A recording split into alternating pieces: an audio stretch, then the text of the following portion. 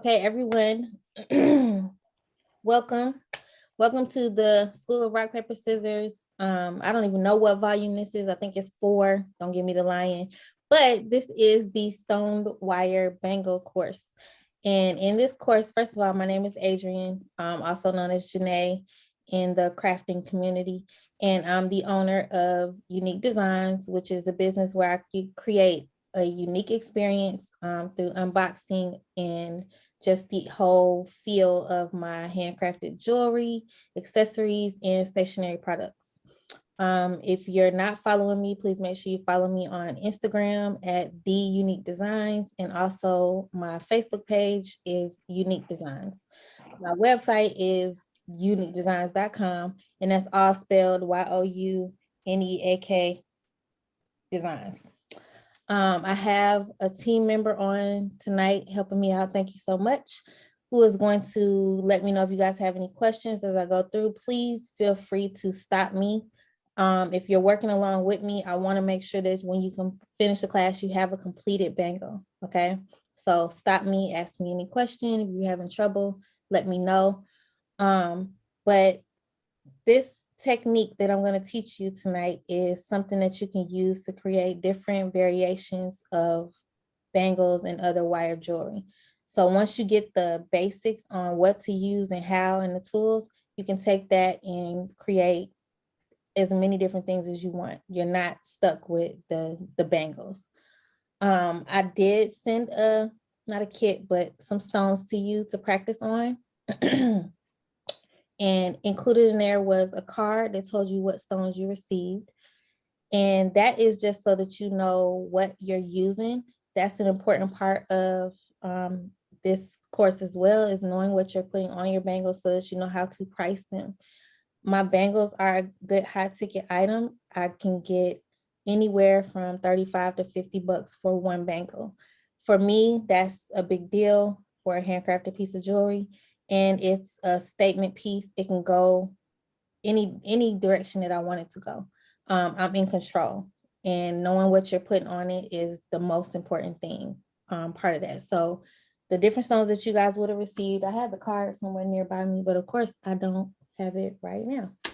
But there would have been some bolder opals in there. You may have received those.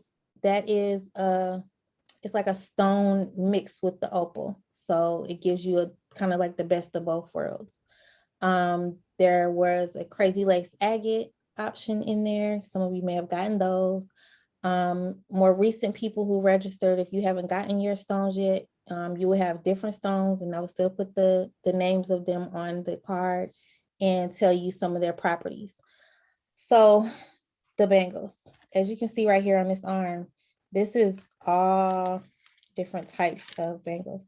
Most of these, yeah, most of these are actually mine personally. I never make stuff for myself, but I just started making stuff for myself. So I'm like, oh, these are mine. Yeah. But most of these are mine. They're basically samples of things that I'll be debuting in the fall, a lot of them. Um, as you can see, there's different size stones. This is a labradorite.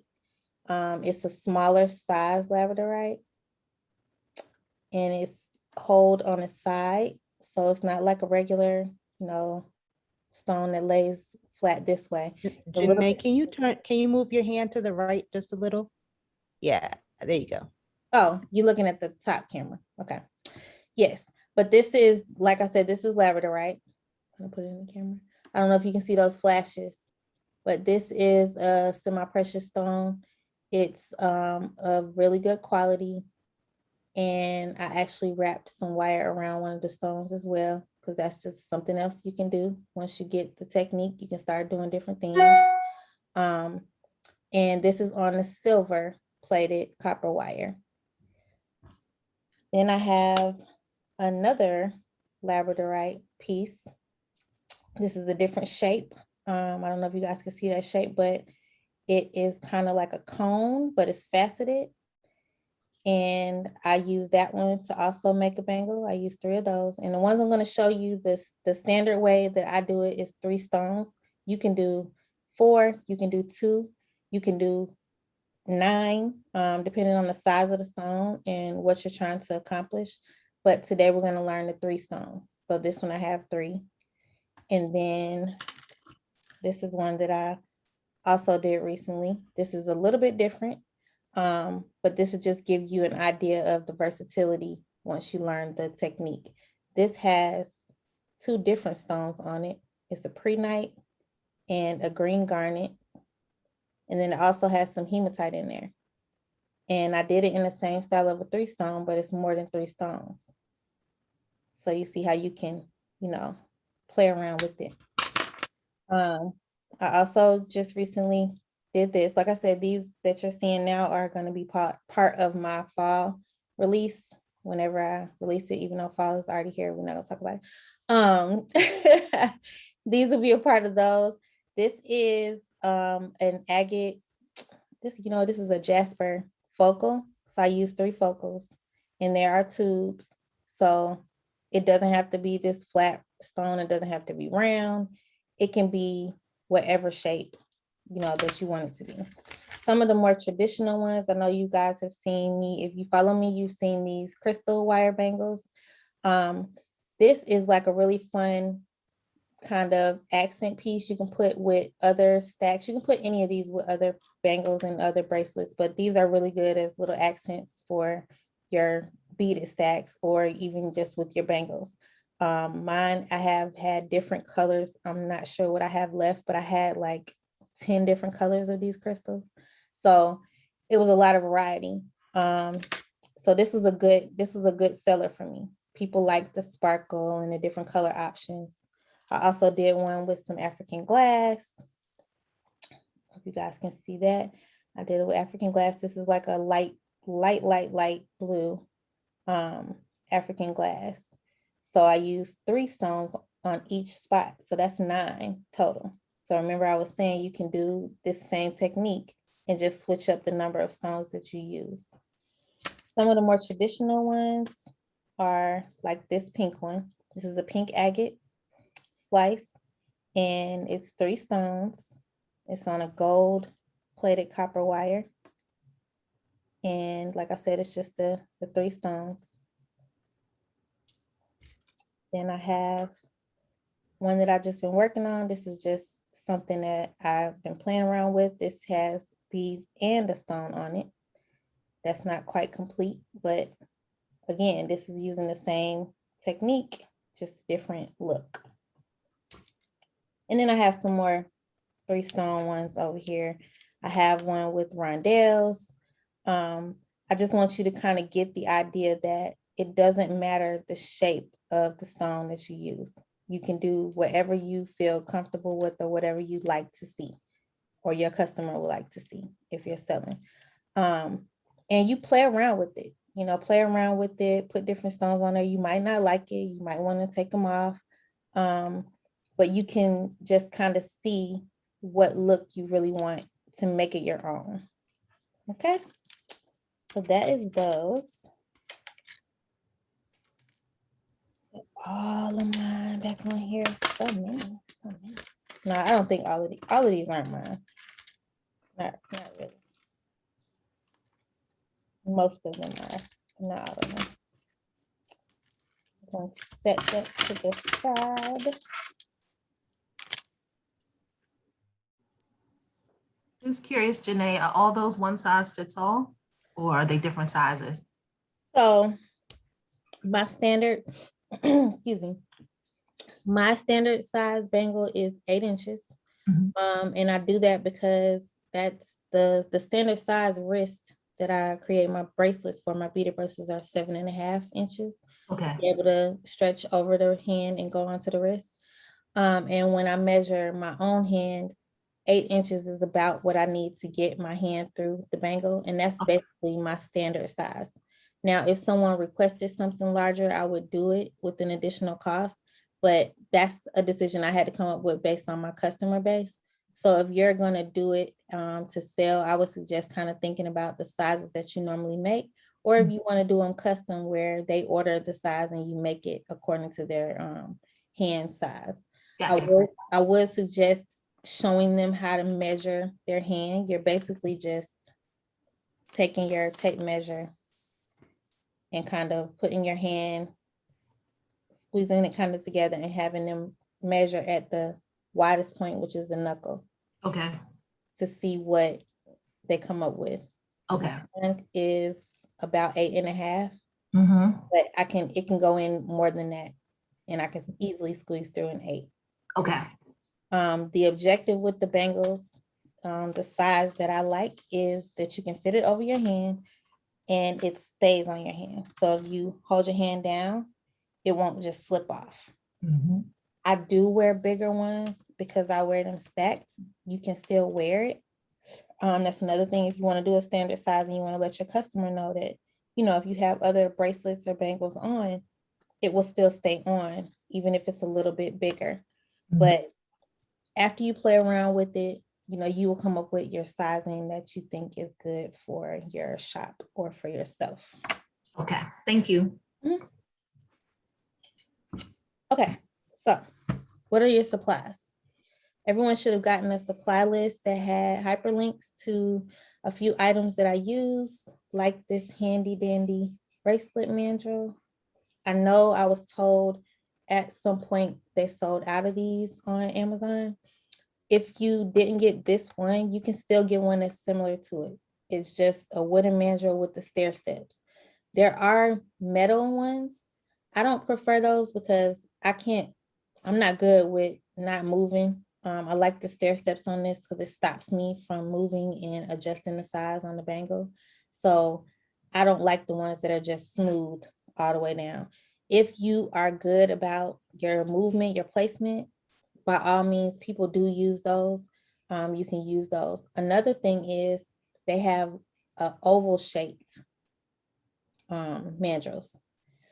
So a lot of people, like I've seen on YouTube and with other artisans, that they like the shape of the oval because of how it fits. Personally, I like the circle. I like it round. I don't really care for the oval. I did purchase an oval one. I sent it back because I wasn't feeling it. So you can kind of play around with it and see if you like a different shape. It will still basically follow the same rules. You'll just be trying to maintain your oval shape versus the circle. So that's one of the tools. And I'm actually going to go ahead and spotlight this screen alone. There we go.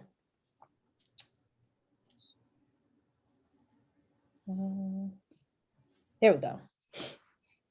So this is my bracelet mandrel.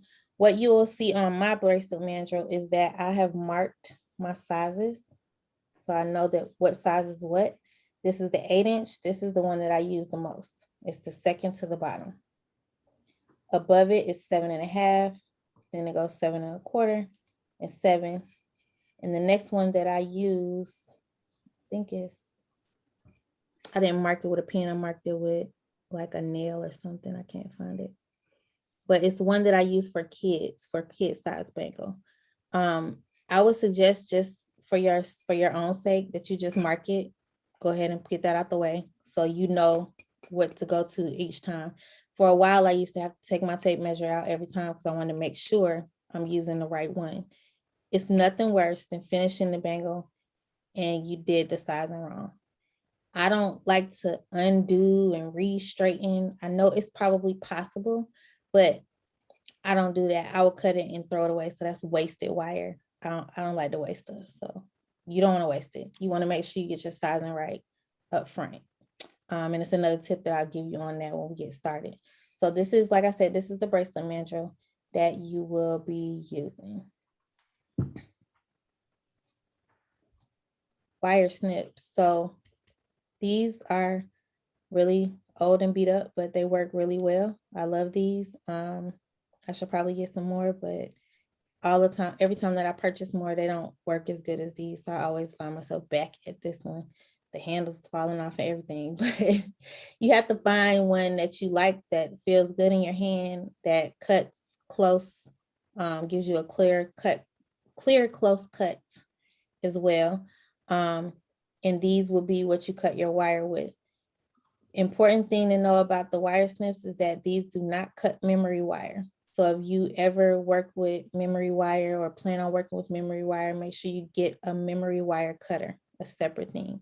You also don't want to try to cut heavy chain or anything with these either. That's not what this is for. This is only for like a copper wire, which is half hard. That's what they call the copper wire, is half hard. And that's what these are for.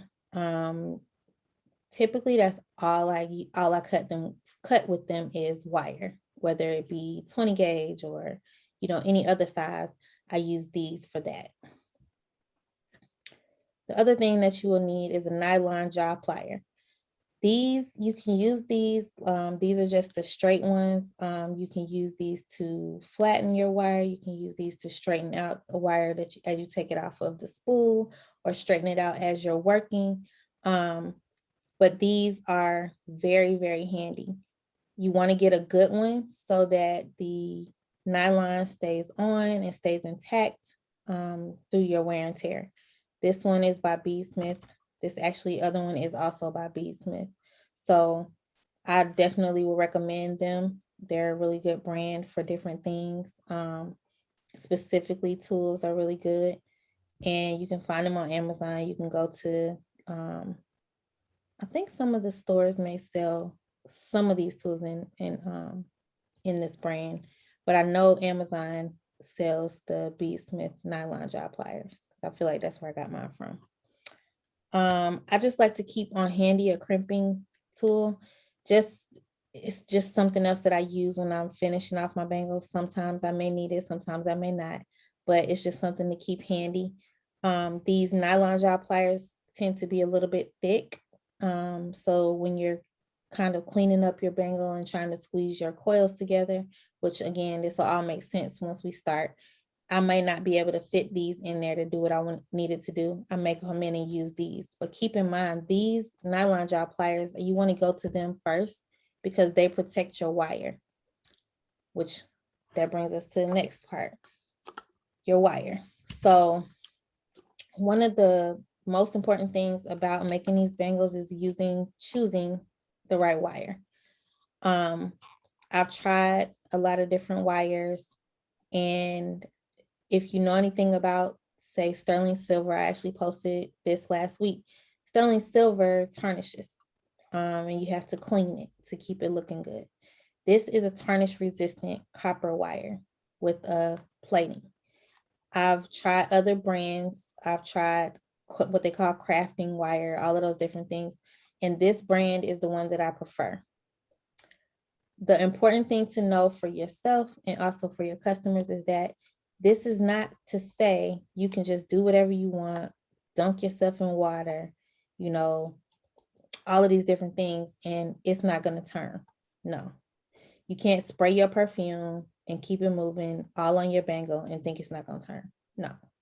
If you do any of the things that if you're a jewelry maker already, you know that you recommend people not put on their perfumes and their lotions and shower and wash their hands and do things in their jewelry. That's the same thing for this, but it is tarnish resistant. What that means is that as long as they take care of it, it won't tarnish. It will remain gold or silver. And it should be hypoallergenic as well. But it's very important to let your customer know what you're using, just in case they may have some allergens to some of the things. These particular wires in 20 gauge, currently that's all I have is 20 gauge. I am actually selling on my website. So I just got another shipment of silver today. They'll be going onto the site this weekend sometime. I'm not exactly sure of the day, but they went pretty fast the last time. I have plenty gold. Again, only the 20 gauge is what I have. And these are wire elements, also by B. Smith. So if you can find these in stores, great. I don't necessarily see them myself. And that led me to looking for a place that I could source them because I needed them in droves. I mean, I make a lot of bangles. So definitely if you're looking for this particular brand, quality, you want to make your bangles with quality, and you want to make sure that you have access to the 20 gauge, I I'm good for it. I got you. Okay. And you can just go to my website. Thanks team for dropping that link in the chat. There's a link right there. You can go directly to it. You can jot it down for later, or if you want to, when you go on my website, there's only one supply listed currently, and it's the wire. So like I said, right now I only have silver and gold. It does come in like a copper color, a darker color, and it also comes in rose gold. I typically only use gold and silver so far. Any questions about wire?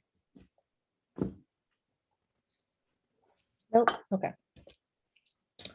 So stones. This is the fun part. These that I have today are tiger's eye. They're tiger's eye slices. And the thing that I want you to understand is that the bigger the stone, I don't want to call it more difficult, but it can be more difficult as far as spacing and making sure that you gauge your wire enough to have enough to wrap around it the amount of times that you need to. The stones that I chose for everyone are kind of a medium size or medium to small, because it's going to be, easier for you to practice on those. So that's the purpose of them being the size that they are. You can make them, like I showed you, you can make them small, you can make them huge. I have some that are like huge. The stones are humongous. But once you get the hang of it, you can kind of alter and choose whatever types of stones that you want. And you'll be able to know, how to space them out to make them look even to you. One tip I'll tell you up front, don't feel like they have to be in a perfect triangle or they have to be exactly equally spaced. That's not real life when you're dealing with handcrafted. If you want to measure, if you're that meticulous, you can feel free to do that. I don't. I kind of gauge it as I'm working, and then I go ahead and go through with it, and I love the way it turns out. Very rarely do I feel like I need to take something apart and put it back together because of the spacing. And they're not always spaced out exactly, but they look good. It's a handcrafted item, Be flexible, especially in the beginning. Don't hold yourself to this perfect looking thing because it's perfect the way that you make it, perfectly imperfect, basically. So that's one thing to think about when you're choosing your stones, is making sure that the size is what you want and that you give yourself time to get familiar with the process before you start using huge stones. The other thing is it's going to be easier to work with a stone that has a flat side, even if it's not flat on both sides, but if one side is flat, that's going to help you in the beginning with attaching it to your bangle. So the stones that I gave you guys, they all have a flat side. And the flat side, or if there's both sides are flat, that's even better. You get to choose which side that you want it to go on. But let's just say one of these sides was kind of a heel, or a little bit more textured than the other side. I would lay my bangle, when I'm doing my bangle, I would lay the stone down on the flat side. That's going to help it get attached to the bangle easily. So in the beginning, I would suggest making sure that you use something that has a flat side. That way, again, it makes it easier. When you start dealing with round and stones that have facets and they're larger, and you're trying to kind of gauge where it should lay, it becomes a little bit more tedious. It still can be done, like I showed you. You just want to kind of keep that in mind, and as you're practicing, get it down with the flat stones, and then move on to whatever you like. Like I said, these are tiger's eye. I've actually been wanting to try that with these, and I didn't. I just waited until today. So I have 3 of them. The great thing about natural stones is they're almost never the same, right? 2 of these stones, the lines are going horizontally. This one is going vertically. I love that. I love the idea of every single stone being different. I got 2 strands of this agate druzy, and they were both the same, supposed to be the same color, but both strands are totally different. One had more pink, one had more beige, and that's how they will be. So what I like to also, when I'm doing like uh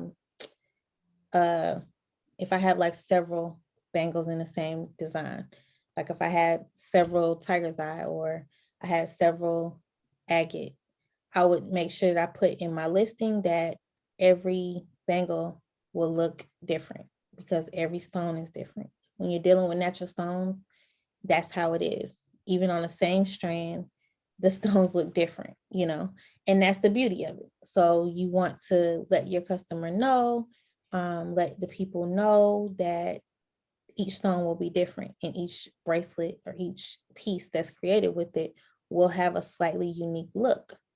That should make them feel good. I like the fact, you know, that it's unique to me and that everybody doesn't have the exact same thing. But that's just what I like, and that's what my customer likes. But when you're dealing with natural stones, especially with stuff like this, you want to just make sure that people know that, so they're not expecting it to look uniform, because that's rarely going to happen. Okay. So hopefully you have a tape measure as well, so that you can measure out your wire. The one thing I suggest is that over time of making them, you might find that you use less wire depending on the size that you make, or that you use more. Just pay attention to that and never go lower as you're starting, because it's easier to cut off wire that you don't need than it is to add it in the end if you run out. I have had to do that before. It's not impossible, but it is very tedious. And to do it right, to where the customer and no one wearing it can tell that there was a break in the wire, it's tough. You know, you gotta do some maneuvering. So what you want to do is make sure that you use enough wire in the beginning. For me, like I said, doing a 3-stone wire bangle, I like to do 90 inches of wire. I have a 60-inch tape measure. So I just take my spool. I'm gonna use gold. Why not crack open a new roll? So I'm gonna take my wire off the spool. It comes off like this, and it's a little crazy on the end. You can take your nylon jaw plier and kind of straighten it out. It doesn't have to be super straight, but as you can see, that plier straightens the wire out pretty easily. So if you bend it the wrong direction and you want to fix it, just go ahead and take those nylon jaws and rub it up and down there, and it'll straighten it back up. So because this is rolled on here, as you're unrolling it, you want to kind of not straighten it out completely, but you want to kind of start straightening it out, especially when you're doing your measurements, because you want it to be accurate. So what I like to do is just line my wire up with the end of my tape measure, and then kind of let my spool open. But I don't want it to just open any kind of way. I want it to open kind of like this. That way I can just take my tape measure and kind of just pull it down. My wire is underneath there. I'm just kind of pulling it down my tape measure. And this is also acting as straightening it out. And then I'm just gonna hold it to make sure my measurement is accurate. And I'm gonna keep pulling it down until I get to the end of my tape measure where the 60 is. That's 60 inches. I'm gonna mark that with my finger. Bring my tape measure back up because I know I need 90 inches.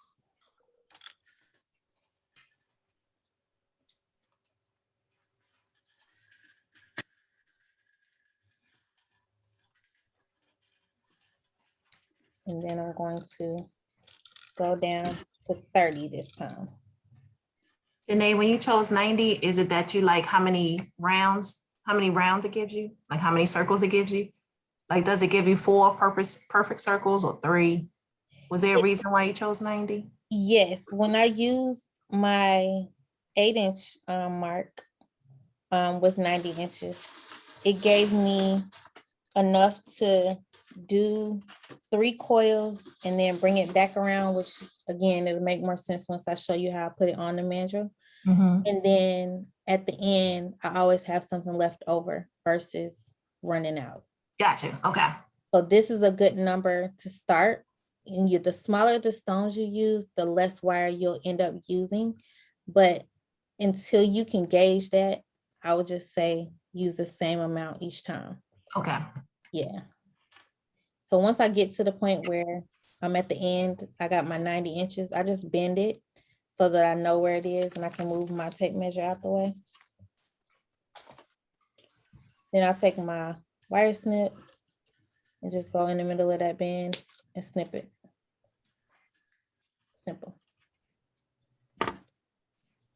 Now you got your coil, 90 inches of wire right here. Now, quick pro tip, if you are going to make these in somewhat mass production, if you sit down and you want to make 10 bangles, go ahead and cut the wire now. It's gonna be like popping you in the face and all over the place. But if you roll it up into these types of coils, like this much, and then kind of put it over something.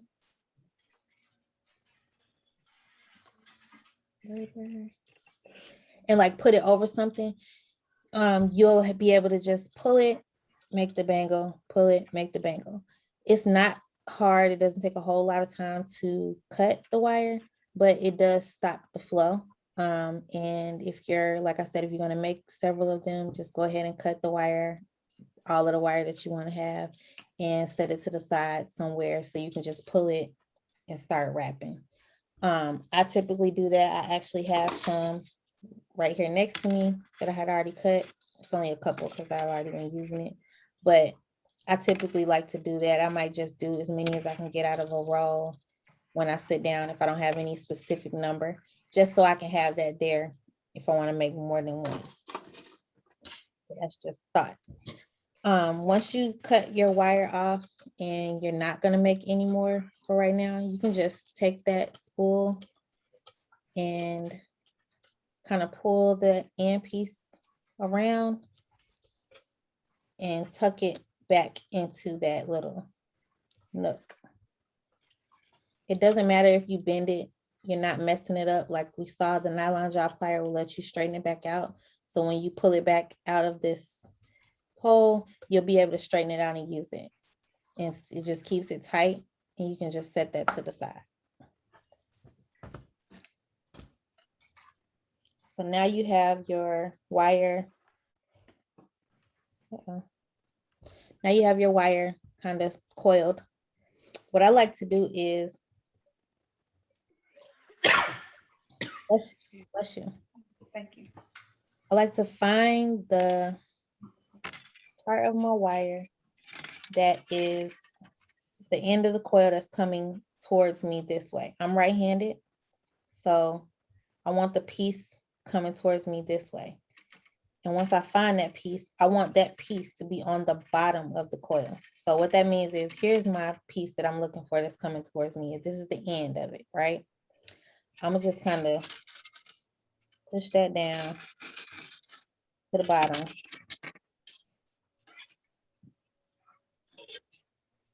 And I want the rest of the coils above it.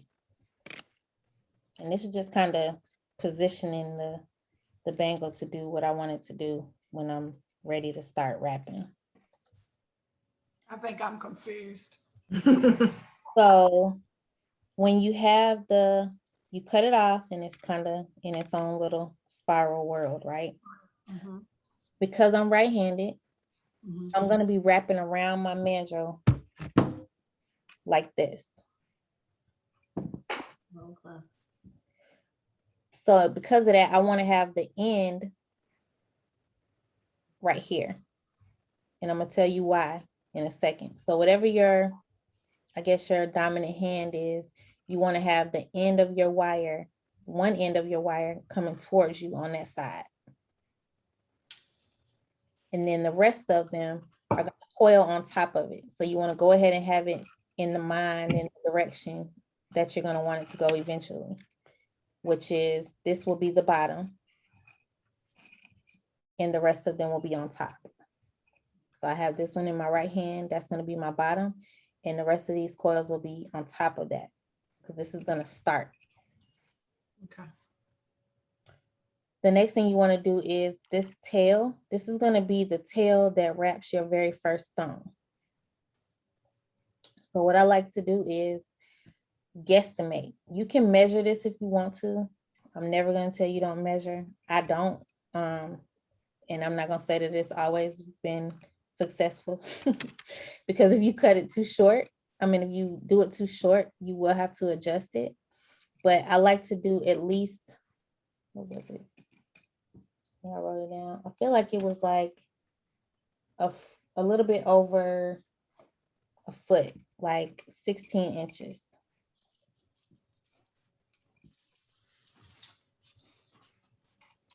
Yeah. So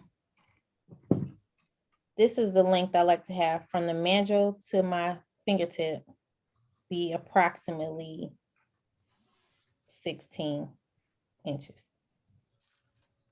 And like I said, you can eyeball it.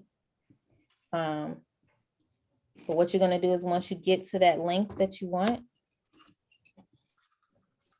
over here on your bracelet mandrel, you want to make sure you have that length out there. And then you want to find the spot that you want it on. Again, I'm working on the 8-inch. This is my 8-inch part, second to the last. So I'm going to hold my finger where I want that wire to stop.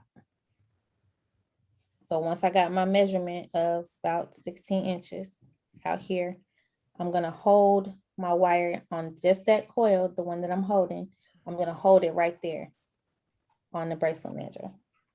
If you guys can see that. So this middle finger is holding it.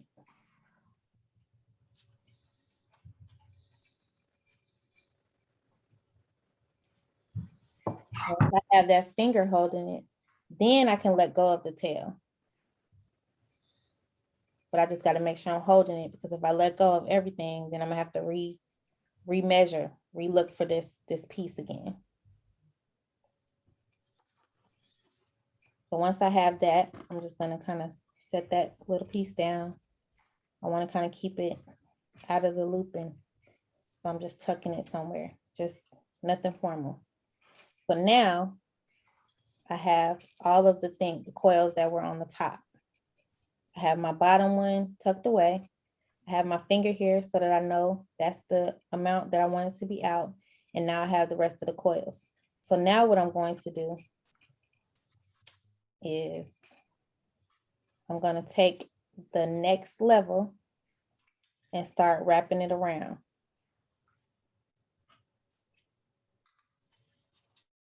And when that touches my finger, when I get back over there, I'm just making sure that it's on top of the first one. Everything goes on top. So you want to make it neat. So once I feel that it's on top, I'm going to put that next level underneath my finger. So this is my first one, and that's the second one. Can y'all see that? This is my first one, and the second one lays right on top. And I'm just gonna go again like that.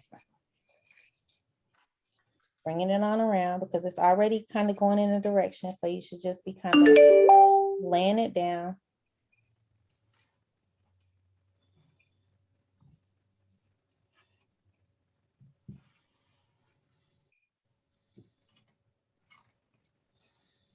And every time you come back around to that finger, you want to slide it under there so you're holding it.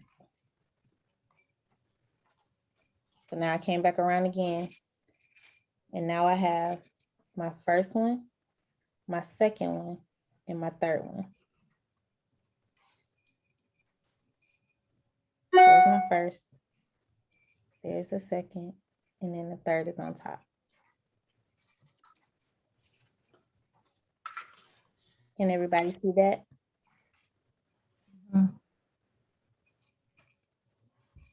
So once I get there, I'm gonna bring it back around. This is gonna be my third coil.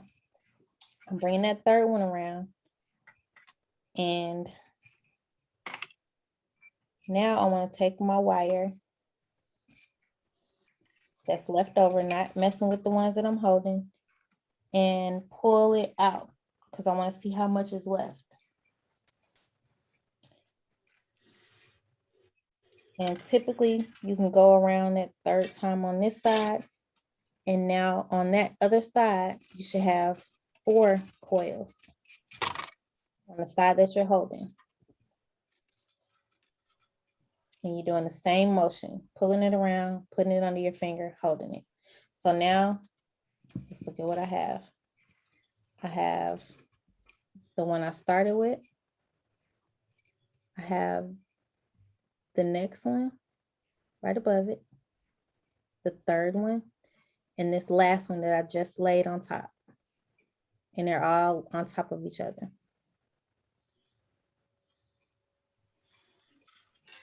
That's what I see on the side where my finger is holding them in place.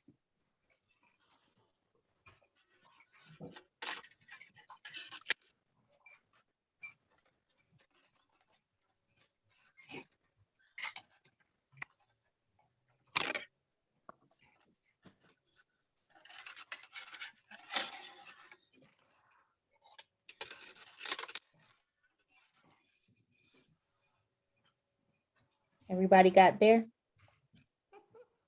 Let me see, Kelly, what you got? What's going on? Nothing. My stuff.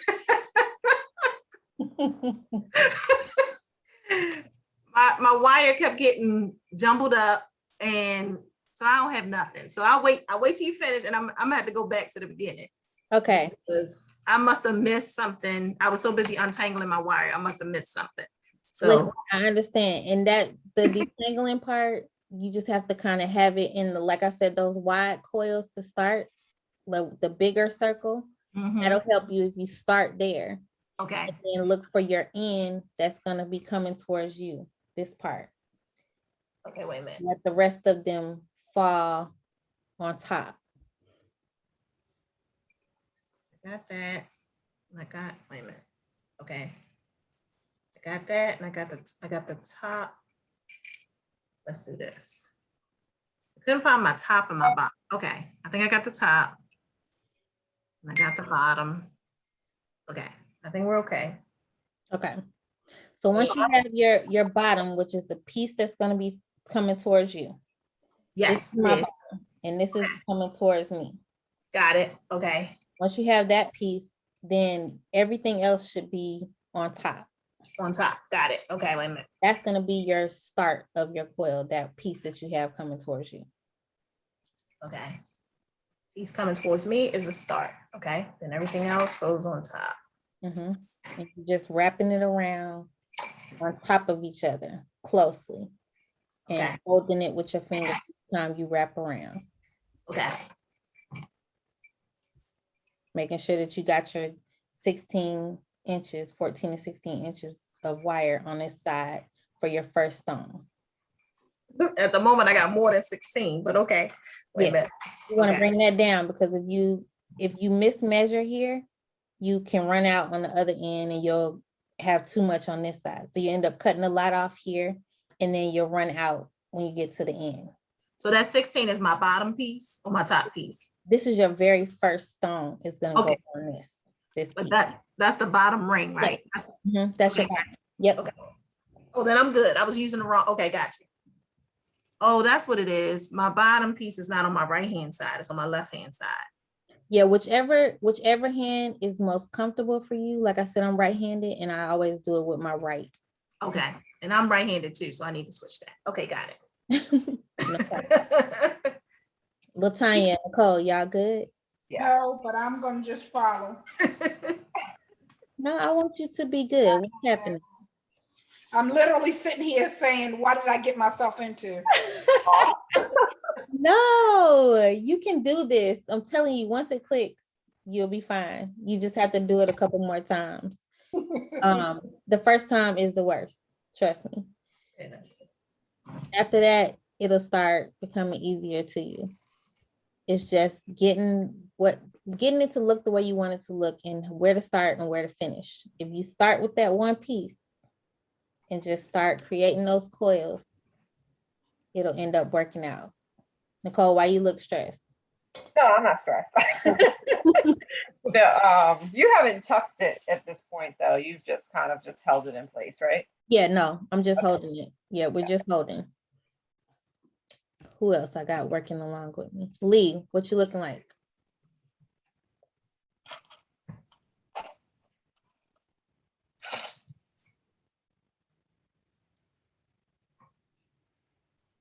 You got it? Okay, I see some coils. Let's see some coils. Okay. Okay, you just want to make sure that in the end you have 4 coils underneath your finger on this side.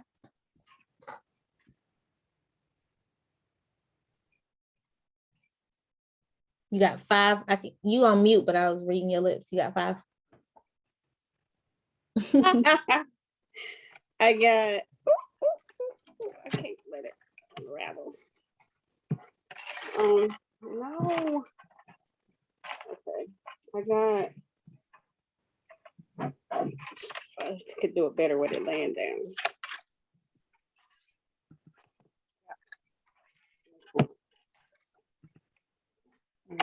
1, 2, 3. Yeah, 4. Okay. 5. I got 5. Okay.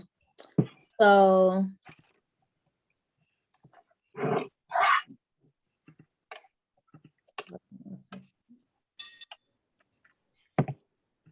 okay. So you should have at least 4. Now, once you, like I said, once you start to do this, you might find that you can get more than 4 coils. I just suggest you have at least 4 at this point. Okay. And like I said, you'll be able to gauge from there how many you want, whether it's less or more. Blair, are you working along with this as well? I don't know what happened to Tawana. Yes, I'm working. I just have my mute because my baby's in here watching a show, but I'm working along with you guys. Okay, are you good? You got your coil? Yes, I am. Okay, good. Good. Thank you. No problem. Okay, so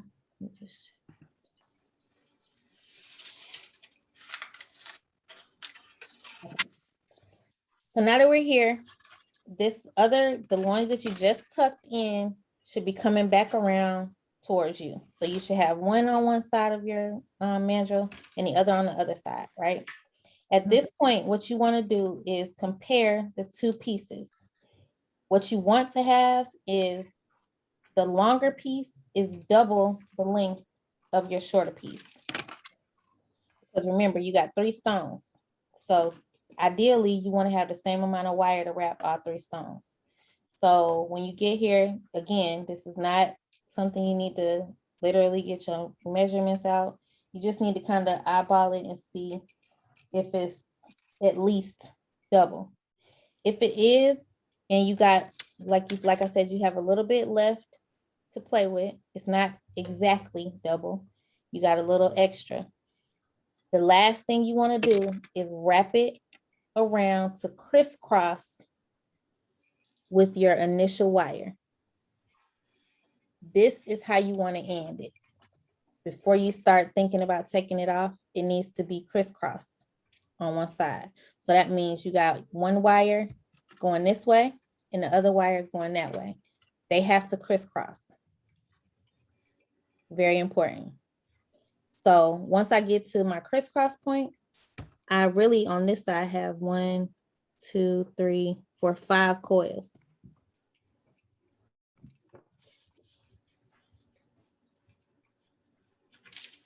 And once I know that that's where I need them to be, now I'm just going to kind of tighten my coils up because I want this to be as sturdy as possible before I take it off of my mandrel.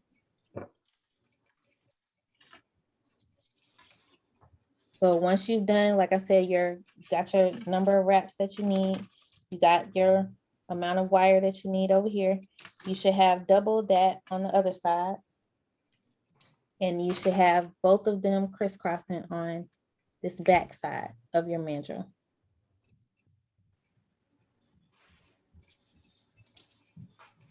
Once you have that, don't break your hand. Don't like hold it for dear life. Just hold it. Okay.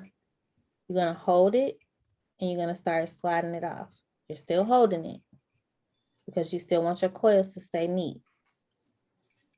And you're just going to slide it off of your mandrel. I got it. Okay. So once you slid it off, you're holding it together in one hand. Do not let go of that hand until you hold it steadily with the other hand. So now I can let go of this hand. Now I'll put both hands on it. And now I just want to make sure that it's staying straight. So I'm looking at my coils on the side where they crisscross. So this is my side where they crisscross because both of them are over here. One coming down on one side, the other coming down on the other side. So here's where I'm going to just do some adjustments. Now, the first time you make it, you can make it exactly this. Let it be what it is. Don't move it because you slid it off of the mandrel. You want it to be this exact size. Over time of practicing, you'll find that you may want to adjust it a little bit because what happens is the size of the stones and the shape can adjust your size, if you will.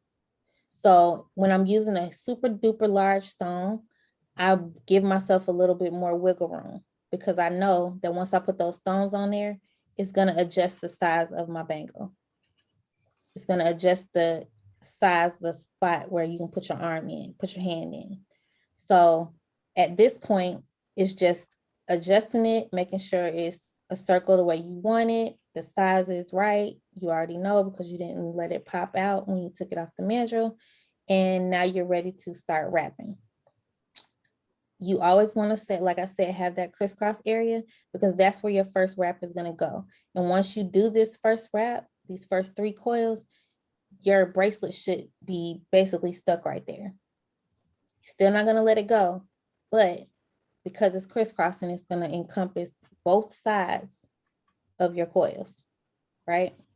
And remember, I said this first 16 inches or so is for your first stone. So take this long piece because it's going to get in your way. Take it and tuck it around somewhere. Just kind of move it out the way. I just like tucking mine under my desk a little bit so that it's not in my way when I start coiling with the smaller piece. Again, we started this one off as the bottom. So now when I took it off the mandrel, it's facing me. It's now the piece that's furthest away from me. The rule of thumb is from wherever the wire is, you're going to wrap the opposite direction because you want it to go over all the coils and then come back under all the coils. So since it's over here, I'm wrapping this way towards me. I'm just going to kind of mark wherever my finger is because I know that this is kind of like the middle where they crisscross. And then I'm going to take my first coil, my first piece of wire, and pull it towards me. And that's going to start my first coil. It's coming this direction.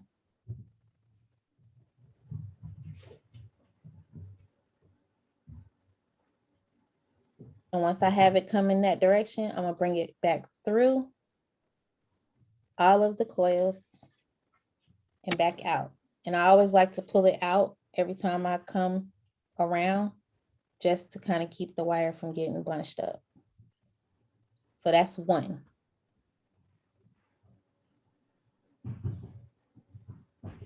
The next one, I'm just gonna be as close as possible, but not on top of it because I want it to be neat. And I'm gonna do the same thing. Go across and come back out. So now that's 2. And I'm still holding my bangle so that I can keep everything straight.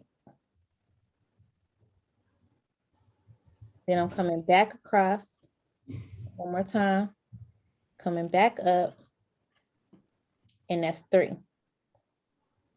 So right now, my wire is coming out away from me, and I'm looking at 3 coils. Put that in camera.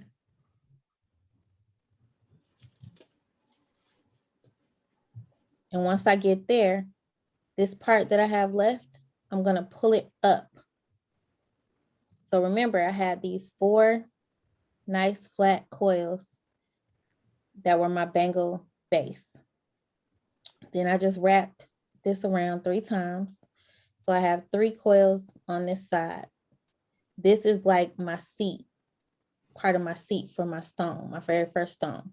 Again, I'm not letting go, because if I let go now, it might adjust in size, and I want it to be accurate. So I'm gonna keep holding on this side.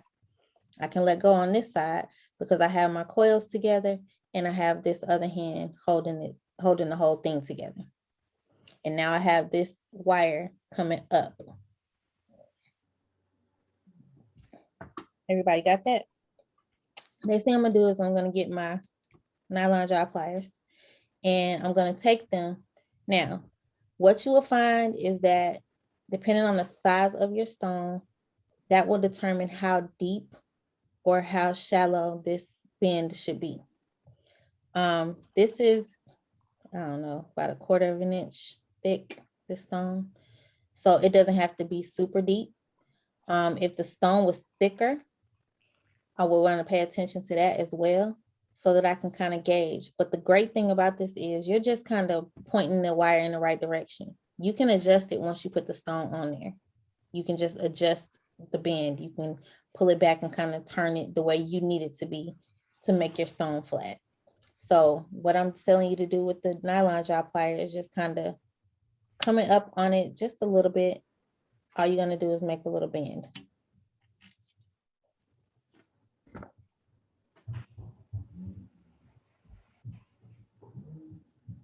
And I bent it this direction because I'm gonna slide my stone on, I'm gonna wrap, and then I'm gonna coil again. So now that I have this bent in the direction that I need it to go, I'm gonna slide my stone on so that it sits right in that corner. The easiest thing to do is take this tail, bring it back up softly. You're not like Incredible Hulk or anything. And then you wanna just slide that stone on there and let it fall right down to where it needs to sit.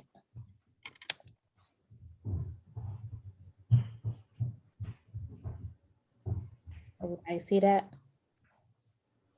Now, I'm still holding, but I'm just gonna kind of adjust my hand to go over here and assist with the stone, because I need to hold the stone in place when I get ready to start wrapping on the other side. So basically, what you want to do now is make the same 3 coils that you had on the start on this other end of the stone. The key is going to be balance. You want to make everything balanced. That's what's going to make it look neat.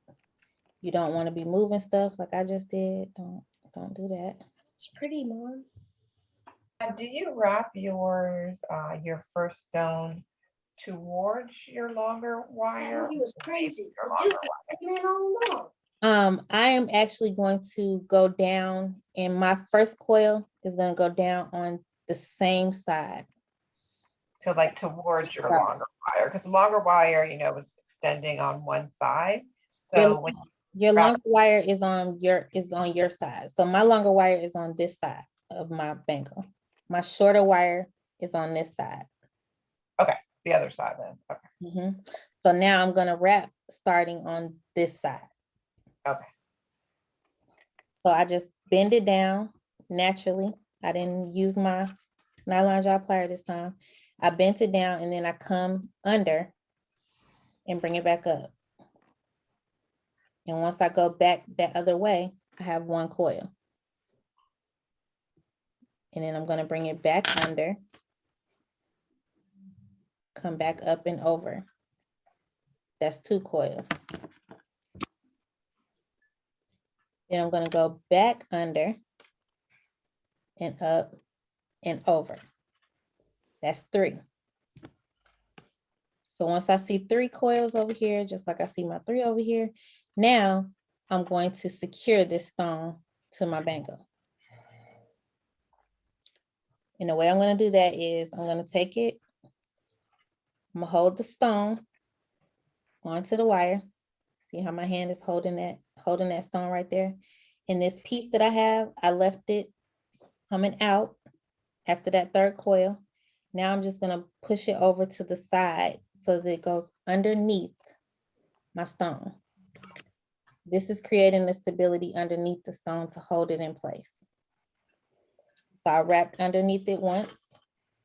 I'm gonna just turn it around, still holding it, and go around on the other side. Janae, after you did that 3rd coil, did you come back through or did you just kind of leave it? I left it going out. So Okay, okay. when I left it going out, it was coming out this way.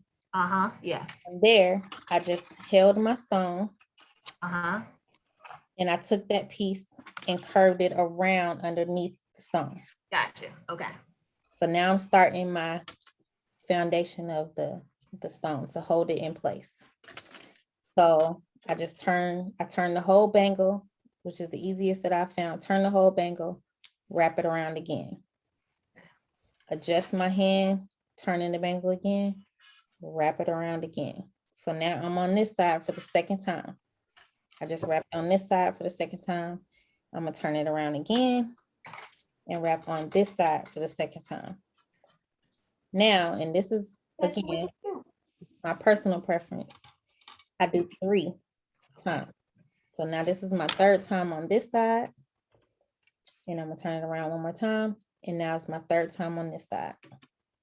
So now I should have 3 wraps Mhm. each side underneath the stone. It should be 1, 2, 3, and 1, 2, 3. Got it. And my wire should come back around and be out on the side, not the side that has my long piece. That's on the other side. It should end on the other side, which is the side it initially started. Janae, Yes, when you wrap it around, you just go around, you don't loop back around the 4 that are flat. You just go around the stone underneath. I'm only going around the stone underneath, and let me show you what that looks like. I don't want to drop it. So, if you guys can see that, but it's just going around the bottom part that's underneath your stone. I'm not Okay. going back around these 3 coils. The 3 coils are still just 3 coils out here to the side on both sides. But you can see my 3 circles that I take around that. You can see them, but you can still see those 3 coils that are down on the sides because I'm not going all the way out here. I'm going as close underneath the stone as possible because that's what's going to make it more sturdy. Okay.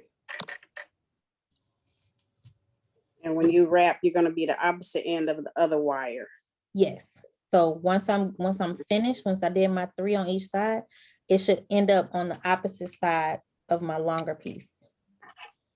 This is my long piece. That's all in the way. Okay. That's on this side. And then my shorter piece is on the other side.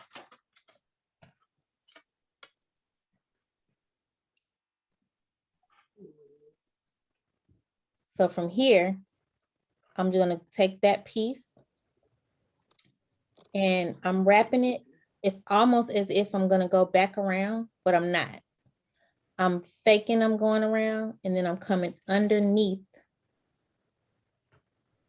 to kind of secure that last piece. And I'm coming right back up on the same side.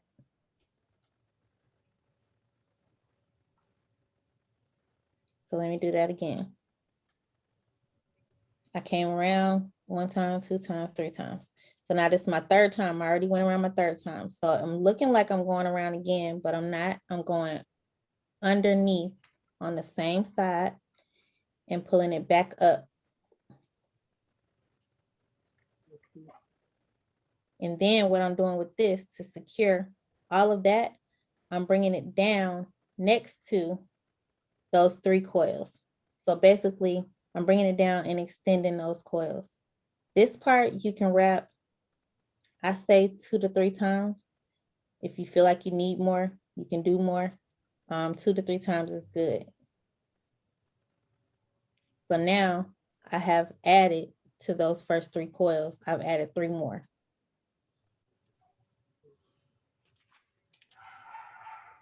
Versus this side that only has 3. Does this look about right, Who's that? Lee? Let me see. Yes.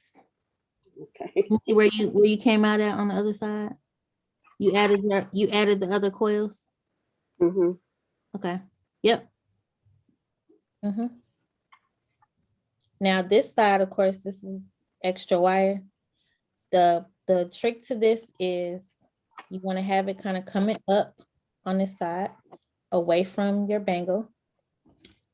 You want to cut it down, not all the way down, because what you're trying to do is make sure that the end, which is going to be fairly rough, is on top of your bangle, not underneath. So when somebody puts their hand in it, they don't feel the end of your wire. So in order to do that, you want to cut it not too low, but not with a whole lot of tail, just enough to be able to take your nylon jaw plier and kind of roll it down and tuck it kind of on the top. Like it's there, you see it, but it's not snagging anything and it's not sticking out. And you can rub your finger over it to make sure that you don't feel that. And you should never feel it on the inside. If you cut it too long, it'll go all the way to the other side. It'll go underneath to the bottom. You don't want that. You want your clip piece to be on top so that you can just kind of blend it in with the top of the bangle.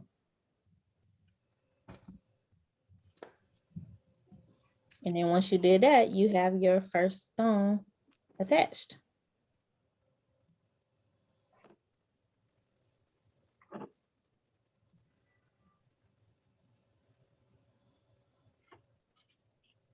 Now here is a good place to check your sizing.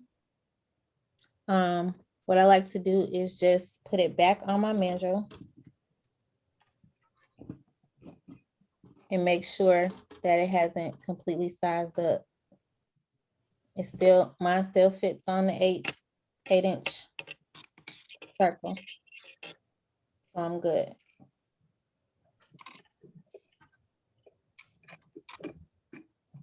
Nay, I have a big hand. I can't fit the 8.5. You can't fit the 8.5? You sure? Because you can, the thing is, don't be afraid to push through. Oh, okay. Yeah, you might. Well, you don't want to break it. You don't want to break it. But you I'll can, make mine bigger too. you will find that you can push through a lot of times too. Okay. You just don't want to have to push it to knock it out of its shape. Right. Okay. That's when it's too small. Yeah, I have a big, my hand, my wrist. Well, yeah, I have a big hand. Understood. Like make it to your comfort level. Like that's why I said once you figure out what is the perfect size for you, then you can use the mandrel, and then you can, when you take it off, you can adjust it, kind of open it up a little bit. Okay. Kind of get it back to the circle that you want, but get it to the size that will fit. Okay, gotcha. Right. Okay. So it may not be exactly 8. It may not be exactly 8.5. You might have to, maneuver it a little bit. Right. Okay. Got it. How you doing, Latanya? You good? I stopped. I'm watching. Yeah. We don't want to quit. We don't want you to quit. Oh, now. I'm not gonna quit. I'm not gonna quit. I'm just. Okay. So now I have my one stone on there and I have my long piece of wire and everything's great. So now I have 2 more stones. You get to choose how you want to put your stones. You can say, okay, I want the two smaller ones kind of outside of the larger one, however you want to do it. If they're all the same, it doesn't matter. But at this point, you already have one on, you just want to choose which stone you want to do next. So for me, I'm going to use this other one because it's similar in size to the other one that I just put on. I'm going to go ahead and put this one on. But before I put it on, this is when I say you're just gauging. You're just kind of seeing how you want to put them. So I'm just going to kind of sit it on top and see where I want it to fall. And then I'll take the other stone and see where that one will fall. If I put this one here, I think I want this one to be here. So that's kind of giving me the shape that I'm going for, right?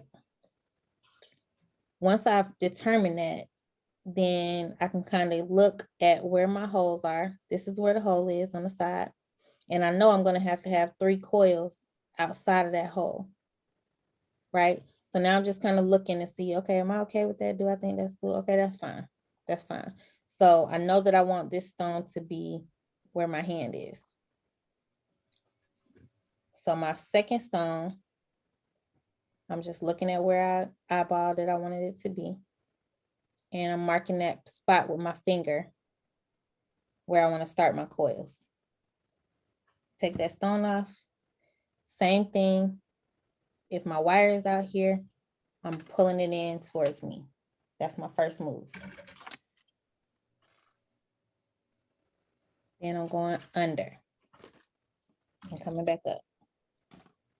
So I have 1 coil. It's the exact same process for every stone. Cross, come back up, cross, come back up. So now I have successfully created 3 coils. Janae, before you did your coils, did you take that wire and run it around to where you wanted it to be in? Only 'Cause only a little bit because it came from right here. It came from the other side of my stone. Okay, so you just stretched it out Kinda- after that last coil. So the coil that I did for this stone was ended Mhm. on the other side. I cut that and tucked it. Okay, This one is the longer wire that I had. Remember, you had 2 pieces. You had the shorter piece. That was what we used to secure the first stone. Now I'm back to the longer piece, which was on the other side of my first stone. my other side is right here at my stone. Let me see. Should I have Rounded bought, on it. see it? Yeah, Is that in the wrong spot? no. So your other side is the one you clipped, right? Yeah, I clicked here. So if you clipped there, you clipped here. Yeah. So this other side is where you should be. And you're just gonna hold that down to the point where you want to start your next coil. Oh, just pull the wire down. You just holding it down where you want it, and you're holding it until you get to where you want to start it. And while you're holding it, you just pull the wire towards you to start that coil. Okay, got it. Once you have 1 coil, it should be everything should be in place where you laid it. I don't know, mine is, I'm trying to figure it out. Maybe I should go, I need to pull my coil out one more time. Okay, I think I got it. Okay. Anybody else having any difficulty getting here? So right here, I'm just gonna pull the wire up. I did my 3 coils. Now I need the wire to go up because now I'm about to create my bend to put my second stone on. And the way I'm gonna do that is with my nylon jaw plier. I'm gonna take that and just bend it to the side. Same way I did the first time. Create that bend. And this is a longer coil, but it's the same concept.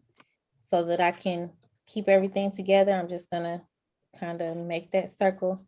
So where I have this right here, and I can just slide my stone right on there Okay.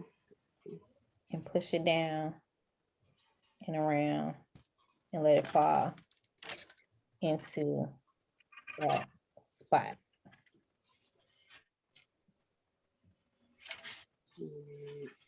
This side, okay. Danae, to start your 3 coils, did you come towards you or away from you?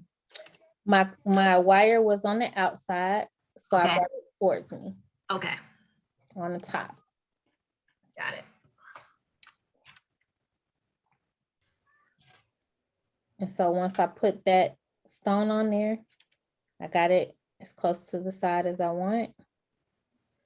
And now I'm gonna just naturally come down on the other side and start my coil, my 3 coils on this side.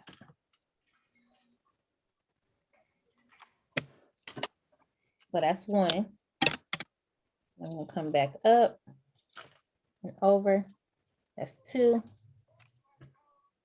And then I'm gonna come down, up and over. That's 3.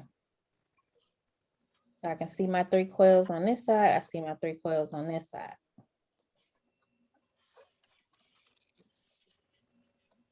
Now I'm going to start going underneath this second stone, just like the other one. Once I got to my 3rd coil, it's going out, and all I'm going to do is start pulling it around this direction. So I'm holding the stone, pulling the wire in. I'm keeping it secure with my finger underneath the stone. I can get the angle. And then I'm turning it, coming back around underneath. So that's 1 on each side.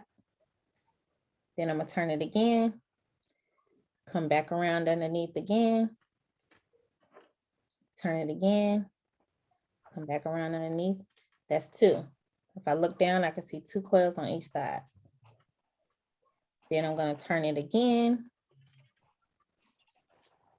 come back around. That's 3 on that side, and turn it one more time. And that's 3 on this side. So now I should have 3 on each side because I went around 3 times. So now what I'm gonna do is to finish this stone off, I'm gonna go around, like I'm going all the way around again, but I'm really not. And then I'm gonna go underneath and come back up. And when I come up, I'm gonna go next to those coils that I made initially and start a few more coils to just secure what I just did. Out of my hair. Like I said, I want to do 3. So there's my 3.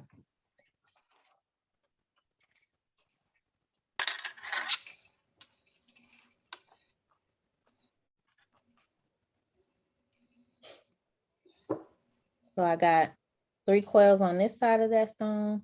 I got my 3 original coils, and then I have these 3 that secured the coils that I put on underneath. So this stone is complete. And then I have this as my remaining amount of wire. And if you just gauge that last piece of wire, it should look about the same as the piece you started with in your right hand. This is the 16 or so inches because you have 1 stone left. Keeping in mind that it's probably a little bit longer because you're not gonna just put the stone on right here. You're gonna bring this around, which takes us to the next step. Once you finish it, you finished it with it out here. Now, in order to use this same wire to go and put your next stone on, you're just gonna kind of take your finger and just push that wire up against the bangle. Because what you're doing is trying to make this now continue to go around so that you can secure that next stone. Because, like I said, it's wire and it was going a different direction. This is when your nylon jaw plier is really going to come in handy. As you can see, when I laid that down, it's not curved right there, right? So what I'm gonna do is holding it where I want it to be. I'm just gonna take my nylon jaw plier and just kind of get it started, get it in the direction that I wanted to go. So now it's more thinking about being a bracelet again. And once I do that, it will lay down like the rest of them. So now I'm on my last stone and I'm looking like, okay, this is where I wanted to put this stone. Let me just go ahead and gauge. Take the stone again, see where you want to put it. Okay, I think I want it to be right about there. So in order for this stone to fall right here, I need to look at where the coils start. This is my hole. I need the coils to start right about there. So wherever I figure out where those coils should start, that's where I'm going to hold my finger. I'm gonna put my stone down and then I'm gonna look at where my wire is. Again, my wire is on the outside. So when I do my first wrap, I'm wrapping towards myself. So again, keeping my finger, showing me where I wanna start. I'm taking my wire and I'm starting my first coil right there. Coming towards me and going under. Coming back up towards me, going back under. Going back up towards me, going back under.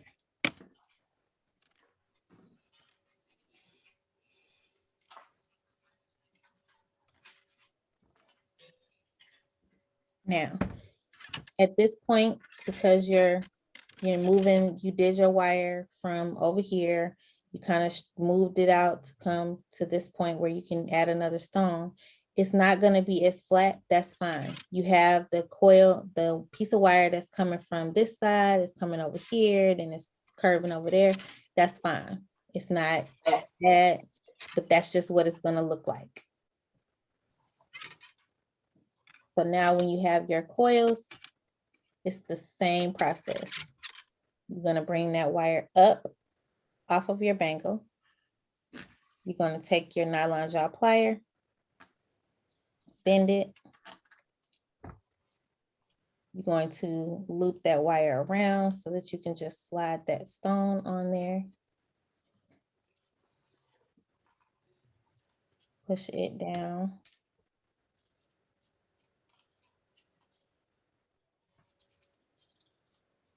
Once you have it where you want it to be, taking the other side of the wire, just bending it down, going under. Again, because of how mine wrapped, I'm wrapping it on this side first, coming down through, going back around. So start your coil again. That's one. That's two. And that's three. Now, if for some reason your coils didn't get super duper close to each other, you can go ahead and take your nylon jaw pliers, if they work for this. You can go ahead and take them and kind of squeeze it together. What I find is that this is so fat that it's hard to catch because you're just literally trying to squeeze those coils together. So this is when I like to pull out my crimping plier and just gently squeeze it together, because what I don't want to do is scrape my wire. So now once I have that on there, I have my 3 coils on each side. Now I'm going to do exactly what I did with the others, so I can do the foundation of securing the stone to the bangle. From this side, I'm just going directly under, holding underneath, turning it as I'm still holding. That's one. Holding, turn. One on that side, that's 2. That's 2 on both sides. Then I'm turning again. That's 3 on that side. Turning one more time. That's 3 on that side. So essentially I got 3 on either side on the bottom of my bangle. So now I'm at the finish. And I'm gonna do the exact same thing where I'm gonna go around as if I'm about to wrap it again. But this time I'm not, I'm going underneath, coming back up, then going down and around the outside of those coils. 2 times, 3 times, whatever you feel secure with. And my final piece of wire should end up coming out of my bangle like this.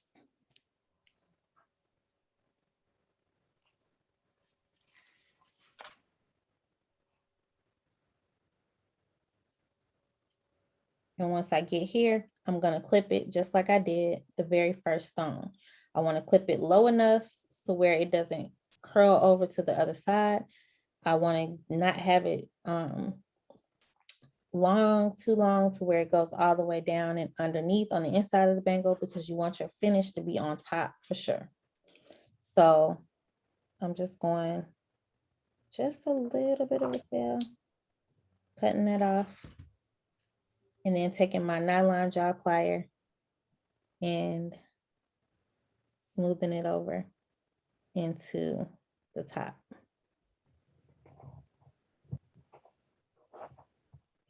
The last thing I want to do with this nylon jaw plier is go over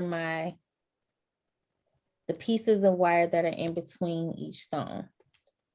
And I just want to kind of shape it. I just want to flatten it out. So I'm taking this, like I said, this is protecting your wire. So whatever you do to manipulate it, it's not going to scratch it up or ding it, which is why these are great to have. And I'm just going to kind of flatten it somewhat as much as possible. And when I'm flattening it, I don't want it to take away from the shape. So I'm kind of moving it in a curved motion. And even the spots that it doesn't seem like there's enough room to even do that, I'm still putting it in there and, kind of still doing it. Even though there's no room, no wiggle room, no room to slide it back and forth, I'm still doing something there just to make sure it's flat and to help it be more uniform. And the last thing I want to do is to put it back on my mandrel. And at this point, I'm just trying to do this for shape for the most part. You do want to kind of test it and see if it goes to the size that you originally fitted for, because like I said, once you start putting those larger stones on, it can cause the size to somewhat adjust. And I just kind of spin it around just to see that it's still round. And then I take it off. And there you have it. Again, as you can see, it's not exactly the same space between each stone, and that's okay.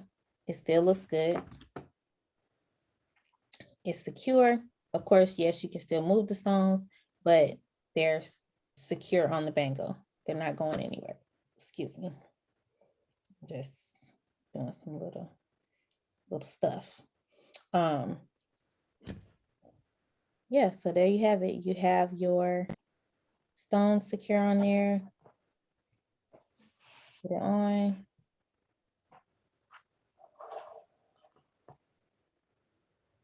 How's that? Anybody got theirs finished?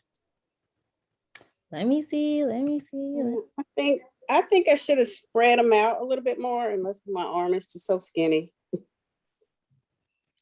Okay. It's Hold almost like the weight. Hold that thought. I want to see. Let's see yours, Kelly. Okay, you did good. I like. How do you feel about the size of it? Like the size, you said it's too small. I like the size for someone else, but for me, it's too, Okay. I just measured my hand Uh-huh. and I think I'm a 10, like a 9.5 to 10. Okay, Right. so you would use the bottom of, Okay. You would start with the bottom and kind of gauge and test it to see if it fits. Okay. That No, I like the way it turned out though. awesome. I love it. Yeah. Thank you. Good job. Good job. The only thing I'm struggling with is keeping the layers straight. Yeah. Like all 4 layers straight. So mine are a little like they're not straight. And that comes with time too. Okay. And the first few times you do it, you want to kind of take your time with that part just to make sure you do get it straight. Okay. And after a while, you'll get used to getting those coils straight and it won't be so tedious. You'll just be able to make sure you're laying them in the beginning. Got your finger on it to make sure that you have that one side straight and everything else Got you. go with the flow. I have wire and I'm thinking I had a pack of wire that had 20, 24, and 22. So I'm Mhm. not sure which one this is. Oh, okay. And that matters. For this bangle, you want to use a 20 gauge. 20, okay. So if you go, okay, that's the thing I didn't say before I look at anyone else's. So the reason I'm using a 20 gauge wire is I've used other gauges. I've used 18, 16. I've tried those. I've tried 22. What you need to know about the wire is that the higher the number, the thinner the wire. The lower the number, the thicker. 20 gauge is like the perfect storm. It's thick enough, to do what you need it to do, but it's not going to break your hand off. It's not going to, give you a hard time creating your coils. As you get on the thicker side, it becomes more difficult to create those even coils. I would suggest something like a 18 or thicker when you're doing something that's going to be one wire. You're kind of shaping it, you're hardening it, you're doing all the different things. That is going to create a good base for something like that. For this, because you're doing multiple wraps and then you're doing the coils around and then you're sticking it through the stone, you're going to want to stick with this size 20. There is other things that you can do with the other sizes. Once you have your base bangle, you can go in and wire wrap, your stones with a 24 or 22 gauge. That's your personal preference. But what I have found, like I said, I've tried other sizes. 20 works best for me. So you definitely want to pay attention to the size of the wire. Okay. Lee, let's see yours. Let me add you. You did good. So when you say you're spacing, you mean you don't want the space at the bottom? I feel like it's like, Okay. I don't know, can you add an extra stone after the fact or no? Okay, you can. It's not impossible.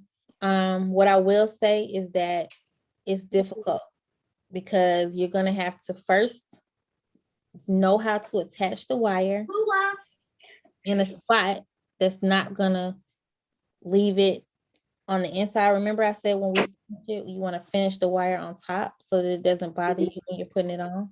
When you're adding wire, you have to make sure that you do that as well. So you got to first get it attached. You got to make sure that it's laying on the top and then wrap it around. You got to find the perfect spot to attach it. Like it's a lot that goes into it. I did, like I said, I have been in a situation where I miscalculated the wire, so I came up short.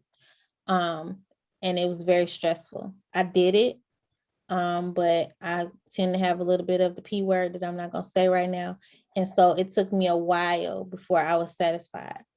And I was like, never, ever, ever again. Like it's worth wasting a few inches of wire, to do that, to make sure I have enough. If you do end up doing four stones, you just want to keep that in mind and add more wire if you need it. Because typically, unless your stones are really small, if you want to do more than 3, you're going to need more wire. But it looks good. Okay. You did great. Keep doing it. Like, yes, this was my best friend. I'm telling you. I'll send you mine, Yes. Lee, and I'll take yours. Yours are probably 15. Listen, that nylon job plier is the truth. Okay.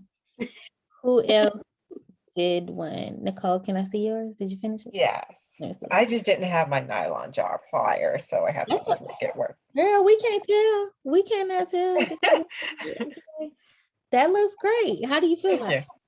Oh, fine. I've actually done these a lot before, but I do like to learn other people's techniques and how to learn to do it differently and maybe better. So Cool. It looks good though. thank you. I can tell that's not your first time. It doesn't look it doesn't look like it's your first one, but how do you did you get, is there anything else, anything new tonight or? Yeah, yeah. One of my problems, I think, for me is that still just trying to keep the wire like side by side. I've always like struggled with that. Some people don't care, but I'm like, perfectionist a little bit.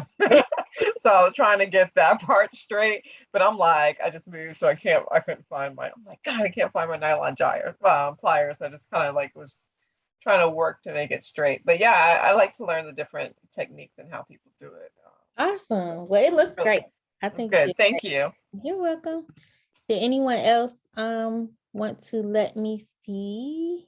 Latanya, you quit on us? How far did you get? I can Oh, you're on mute. mute it. Oh, I'm not a quitter. I just, after this hangs up, I won't go to bed until I have a perfect bracelet. That's Okay. how As long as you share it with me when you I will. complete. I I want to absolutely see. will. I absolutely will. I want to see. So now that you got the technique, and you know how to put the bangle together, now let's talk about if you want to sell it, right? So let me replace. Okay. So the way I like to think of it is, first of all, this is a statement piece. Even if you're using smaller stones, you just have to look at this as, unlike like a filler or something of that nature. This is a statement. It's wire stands for something as well. But most importantly, when you're using natural stones, that's going to be your selling point, the stones that you use. I personally don't use very much glass, but I do use some crystals. I like glass crystals, so it's going to be the top quality glass crystals. But for the most part, I'm using natural stones of some sort. I don't use acrylic or anything like that. So all of that means something. Depending on the type of stone that you use and how rare it is, how easily accessible it is, all of those things play a part in it. So what I would suggest is just when you're choosing the stones that you want to use to make these, that you choose things that are going to be kind of like a selling point, that are going to be more attractive. I love apatite. That's a really good stone, and it's available, but it's not like everywhere. You're not just going to see apatite everywhere. So if I can get apatite slices or nuggets type thing, I'm going to use those. Anything that is, like I said, rarely found, in shapes that are rarely found, you're going to be able to increase your price. Now, once you get the technique down, you can knock this out 20 minutes. If you pre-cut your wire, you can make a few of them in an hour, right? So don't think of that as, okay, it only took me a few minutes, so I shouldn't charge. No, you're practicing, you're perfecting this technique. You need to charge what it's worth. I don't sell a bangle typically for less than $35 or more. Especially when I come across a situation where I can get a strand of slices. I see bangles every time, because it's an opportunity to cut my cost when I'm buying them in a strand. And I know that I'm going to use a certain number of them. I can go ahead and calculate in my mind what I can do with that strand. So when you are looking for stones to create these with, think about that as well. Get things that you can purchase by the strand versus per stone. Now, some of the really nice stones that you're going to want to use, you will have to buy them per stone. I don't shy away from any of them. If it's beautiful, I want it, and it will sell. Again, you just want to educate. You want to tell people what it is, right? And why it's priced this way. And you want to make sure that you include your care instructions. That's very important, because what you don't want is for them not to understand what tarnish resistant wire means. You want them to understand that it's not going to tarnish as long as you care for it properly. And you just, like I said, you want to make sure that you educate, that you make sure that you put that stuff on your listings, and it can allow you to, make it a high ticket item. Again, at first, it will take you a little bit longer. Always incorporate your labor. Never, we don't do things for free, ever, right? So you always want to incorporate your labor. You want to consider how much of your wire that you're using. That's part of your cogs, always. Your wire and your stones. Like I said, that's the base, is your cogs and your labor. But if you put, say, turquoise on a bangle, that ups the ante. If you put in, what's my other one? Aquamarine or moonstone. Let me get a hold of some moonstone slices. It's on, okay, it's on. But like, you have to pay attention to that stuff, right? Because that's what's gonna give you that it factor. And the more stones you put on it, that changes the price as well. So just keeping those things in mind and making sure that you're charging what the piece is worth. If you do something like a crystal, like my crystal wire bangles, they're $25. And that's because it's crystal. It's not a natural stone. Even though it's the number of stones that I'm putting on there seems like it's a lot, it's really not. And because of my hourly and my time frame that I can do it in, that's the price that I came up with. It's a fair price. It makes sense. And I can easily illustrate why a natural stone bangle is much more expensive than that crystal. It's two different things. Giving them the properties and all of that information about the stones also help. So you just want to keep those things in mind when you're pricing them. Also branding. Of course, my charms are not close by. Of course not. So if you've taken any classes with me before, or if you purchased any jewelry from me, you know that I brand everything with a tag or a charm, and it has my logo, my shortened logo on it. I actually have others that have my full logo on it. I don't think I have one nearby. Oh, here, right here. And I actually have a vendor that I can refer you to. It's Sincere Sentiments. If you are a part of the Inner Circle with Miss Creative CEO, then you probably already know who that is. I don't know if you guys can see that, but it also has Sincere Sentiments. Team Unique, if you can put that in the chat for me, please. Sincere Sentiments by Jess. Her name is Jessica Harris. She actually is now making the custom charms. She's doing the rectangular ones as well as the circle ones. Her price is reasonable. Keep in mind there is a turnaround time for this. It's I think 3 to 4 weeks, but it's worth it. You want to make sure that you brand your items properly. It's stainless steel, so it's not something that's going to turn. You definitely want to be mindful of that. And anything that you put on these bangles, just be mindful of the material that you're using. And you want to make sure it's the same level of quality, right? Like I said, there are other vendors that do sell those. That's just my preferred vendor. So I want to share her with you guys, even though I like to keep her to myself. But as long as I get my orders filled, it's cool. But she's really good. She does quality work. Like I said, the turnaround time is what it is. But it's worth it. And I had a prior vendor before. Her turnaround time was like 6 weeks. So that's the typical, and that's not unheard of, like a 4 to 6 week turnaround for custom charms. Like I said, they're competitively priced and you can buy them in bulk. So I definitely recommend her for your charms if you haven't already done that part. Anyone have any questions? I think that was. Are those connected with jump rings or split rings? Jump rings. I use split rings for the silver ones. I actually just tried a vendor for split rings in gold. So I'm trying to see how that goes. But either one, whatever you're more comfortable with. I mean, I like the split rings for my charms because I just feel like that's a little bit more secure. But I use 24 karat gold plated jump rings as Okay. well as gold field, and those are regular. And I haven't had any issues with those coming open at all. Really, it's going to be how you open and close them that really makes the biggest difference. And then the gauge, I always use like an 18 gauge Okay. on whatever size. I think my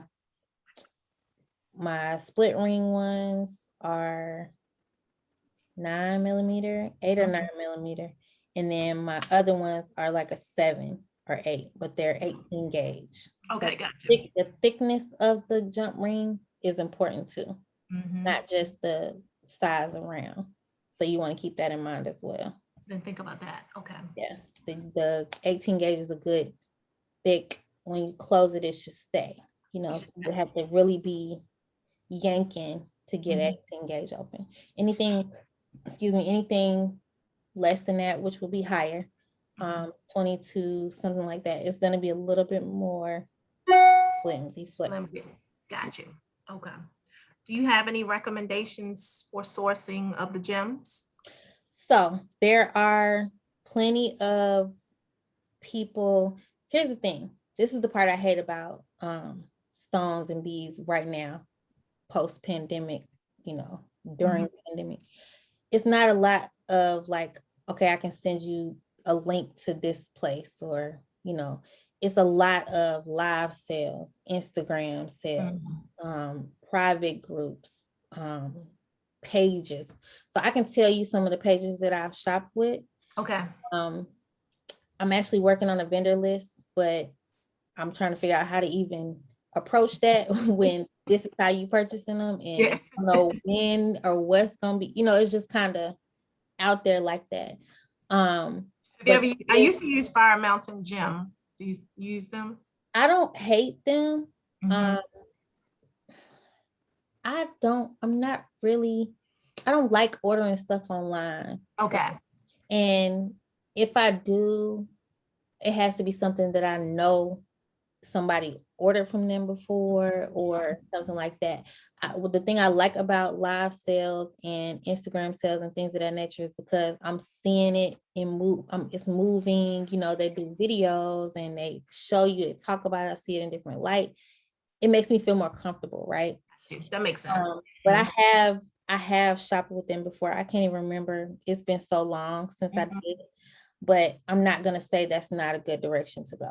Just looking at size, make sure you pay attention to size. Get yourself a caliper so you can check the size of your stone. I'm about to break it.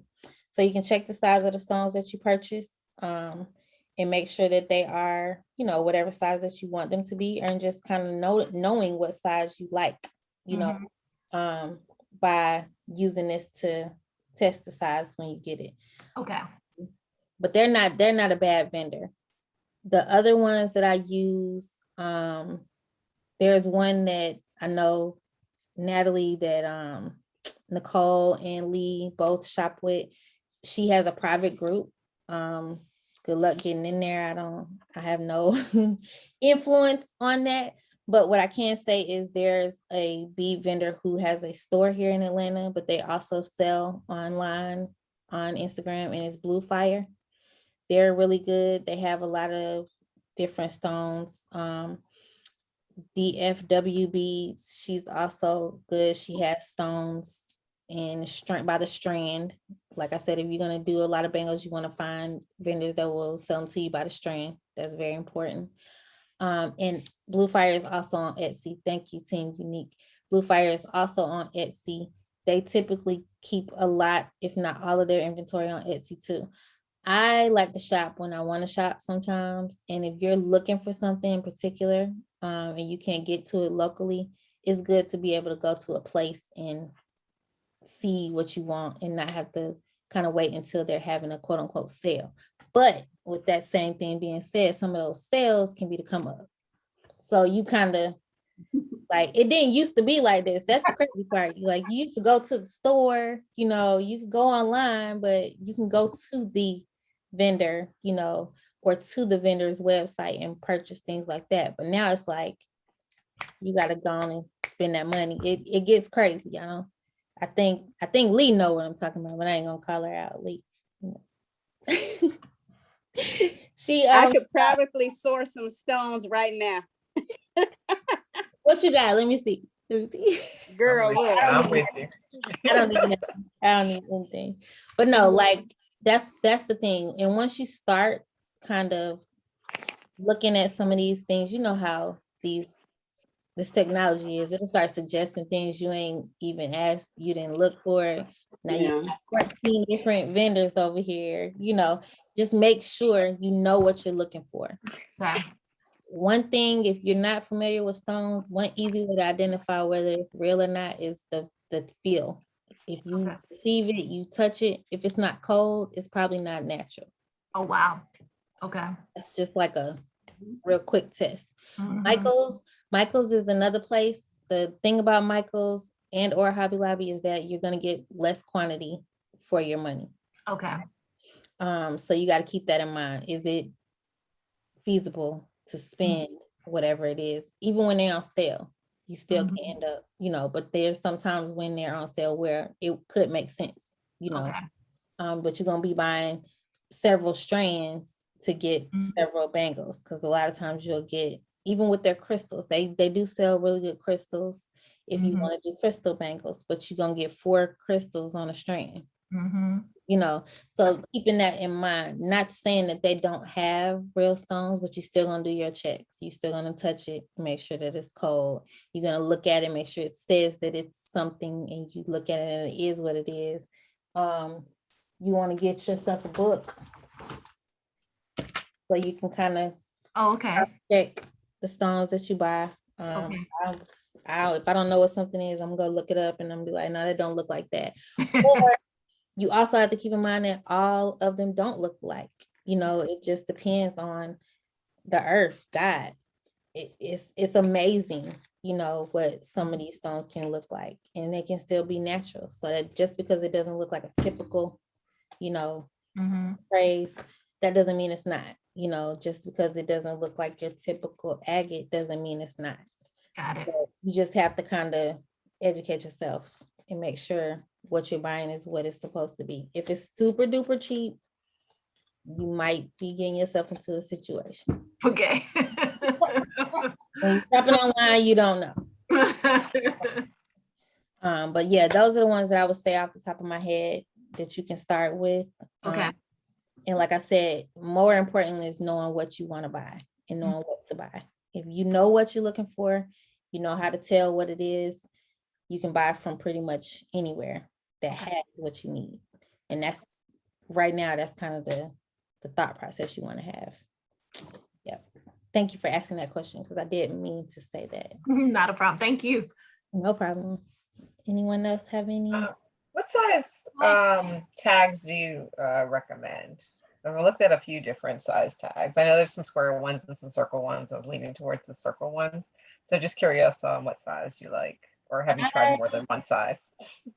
So I like for my jewelry piece to be the star. I don't Right. charm or the tag to be the star. So I go for a small. When I first started ordering these, I think they were like 8 millimeters. Okay. The ones I have now are 10. Oh, okay. And I mean, they're small, the round ones. The other ones, I think these are like 20 by, let's just see here. No, this is like a 12.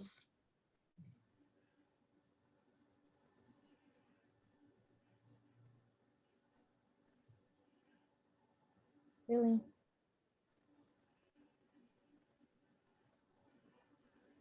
It's like a 12 by 10 is what it looked like. Sure. But it's nothing big. Like I Yeah, I wouldn't just want do, something really small, but I've seen like 6, 8, 10, and it's kind of hard to gauge sometimes. So just curious. yes. I mean, I've seen them as small as I think 6 For me, Mhm. that's really tiny. I would want it to be a little bit bigger. I feel like 10 is like perfect. You can see my logo, but it's not overpowering, right? You can get them in 20, like they have them pretty big. I'm not personally not interested in them being that big. Now, it depends on what you're using them for. If you're using them for actual charms to go like on a charm type bracelet, Right. you want to go that direction. But just to tag your jewelry, I would think something smaller would be ideal. Yeah. And I know you're the packaging person, so for your bangles, do you Well, use box glad you or like? see this. I just get to going on this and I'm like forgetting things. Okay, I use boxes. Let me grab one.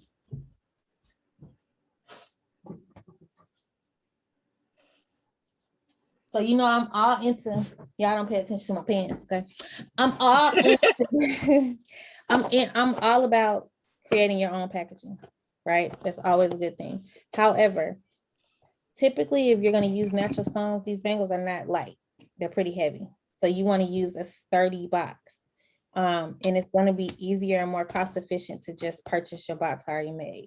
My colors, my brand color is black, turquoise, white, and gold. So black is always my go-to. Now, this is just the box itself. It comes with a insert. I like to line mine with paper, put my crinkle paper in, put my bangle in, do all the things to make it all special, put my little sticker in there, but I also brand my boxes. Nothing basically goes out not branded. But the start of it is making sure you got a sturdy box. The other good thing about these is that I can fit more than one bangle in here. So it's a little deeper than, a typical box, but it's not huge. It still can fit into a mailer, a padded mailer or whatever. So I suggest that if you're gonna sell, a bangle like that, again, also justifying your pricing, that you put it in a box. We always gonna tell people to store their jewelry covered. I'm giving you the storage with the piece, right? You take it out, you wear it, you can put it right back into this box and put it on your dresser or wherever you keep your jewelry. So that's another good thing about having it in a box as well. But you definitely want to, package it in a way that confirms or lets them further see that they just purchased something of quality. So definitely a box. I wouldn't put it in a bag or like even my satin bags or burlap or anything like that. I wouldn't do that because you risk it not being protected. Say you send a UPS or something, they just toss it on the porch, your stone might get broken. Now, that's not on you, but you don't want your customer, to receive something like that. This way, whatever is done on the outside, it's not going to harm this bracelet because it's in this box. You can fit the bangle along with beaded bracelets or whatever. You can fit all of them into that box. Now, if you haven't taken any of my packaging courses, which I know a lot of you have in here, thank y'all so much for supporting me.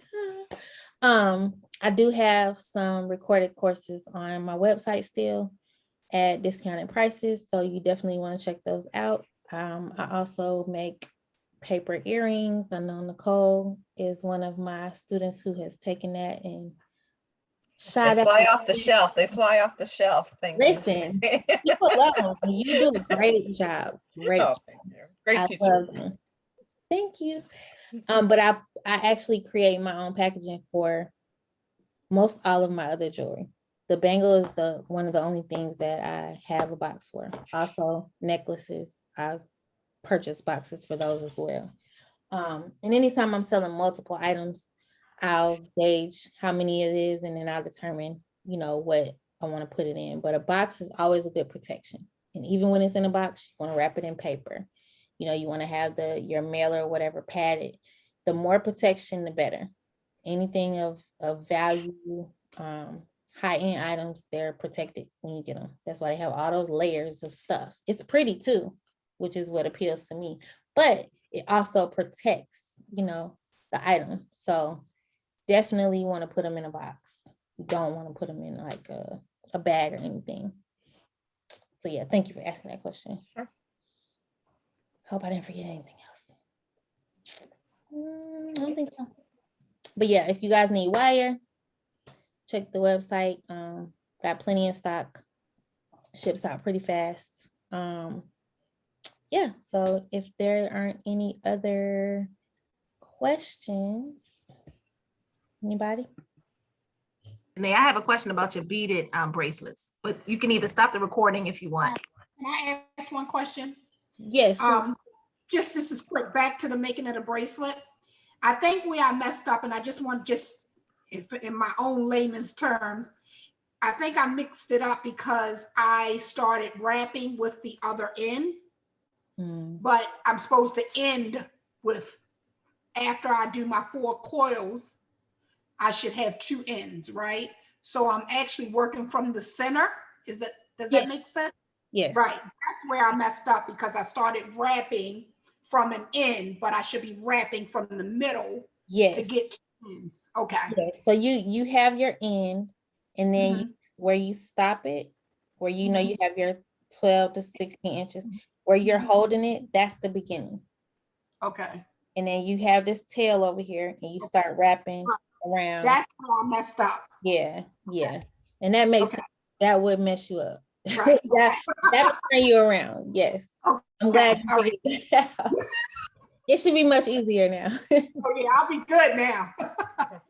Awesome. I appreciate you. Thank you so much. I do. You're welcome. You're welcome. Blair, you have any questions?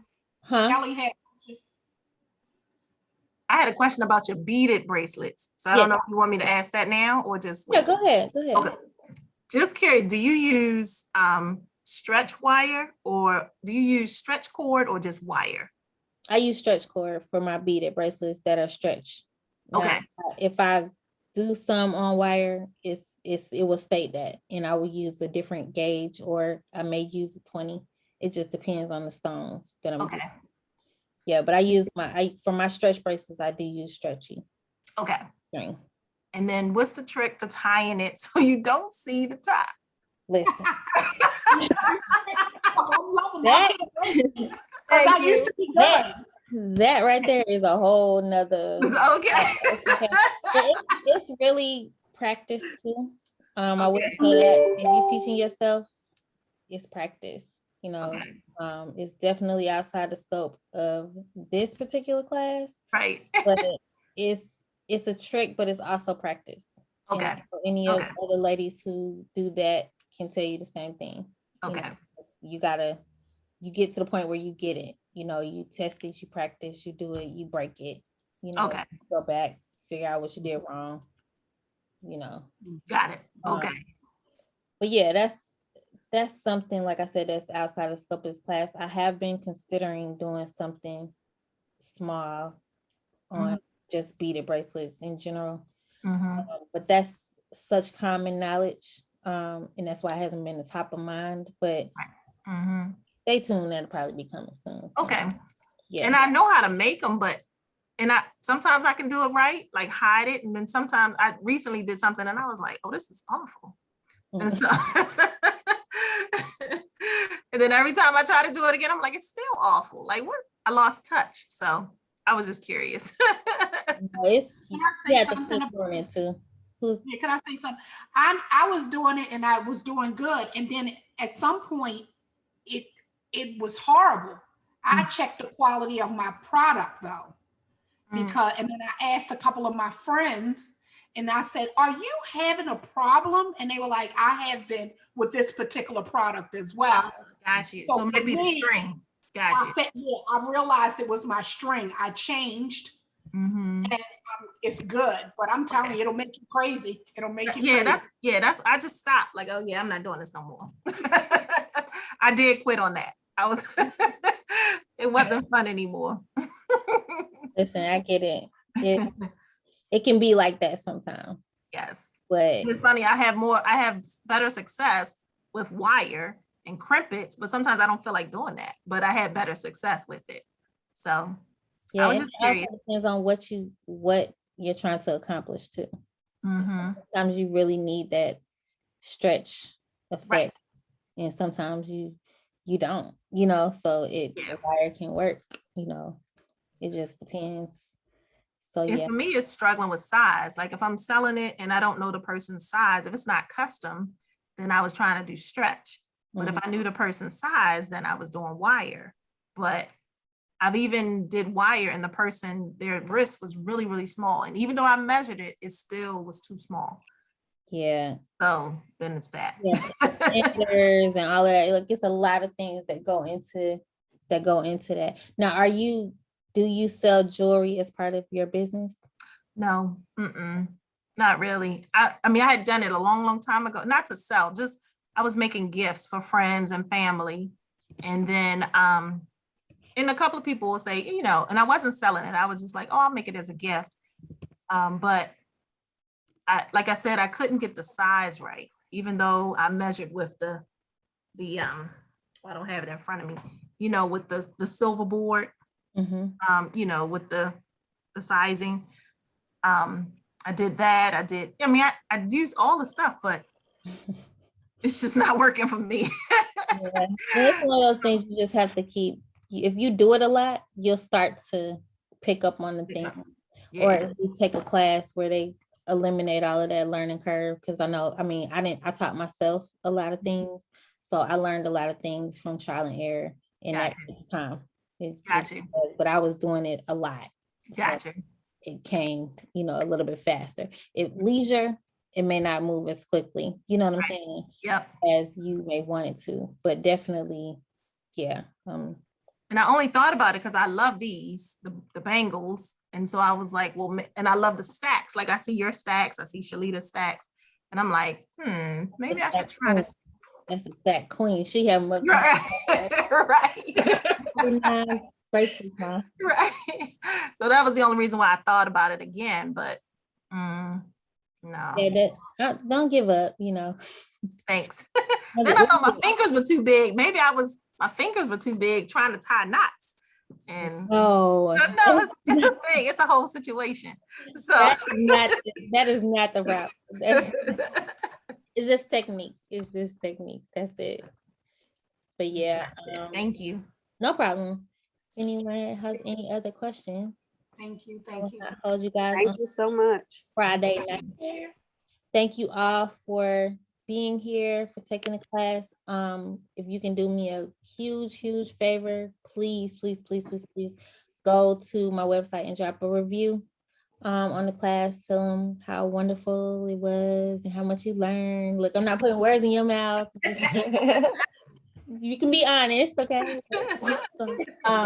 And let me know if it's something else that you want to see, like the beaded bracelets, Kelly. That's something that was already on my radar. But there are some other things that I'm working on as well. So definitely drop me a review. That helps me a lot. And if you post your bangles as you make them, please tag me. It's nothing better than seeing your work and seeing that you got it and you took it and made it your own. Like Nicole's like, I'll just be scrolling like, oh my God. She probably like, this is the 49th earring I have made. Like, why are you so hype? I'm gonna be hype every time, okay? Because I love to see it. So please show me, even if you don't tag me, send it to me. I do like to repost your work. So if you tag me, I will put it in my stories and put it in my highlights. If that's okay with you, if you do it and you don't want me to show it, just let me know. But if you send it to me and you don't give me that disclaimer or you tag me, I'm posting it because I'm proud of you. So go ahead, do the thing, make them practice. Don't be shy. Trust me, the more you do it, the wires will line up. It'll look how you want it to look. Relax. It's fine. It still looks great. Don't be your worst critic. Just do it. People will love it. So yeah. If y'all do that for me, I really appreciate it. I will get the recording downloaded. It normally takes forever to download. So I'm not forgetting. As soon as I get it downloaded, I will shoot it to you.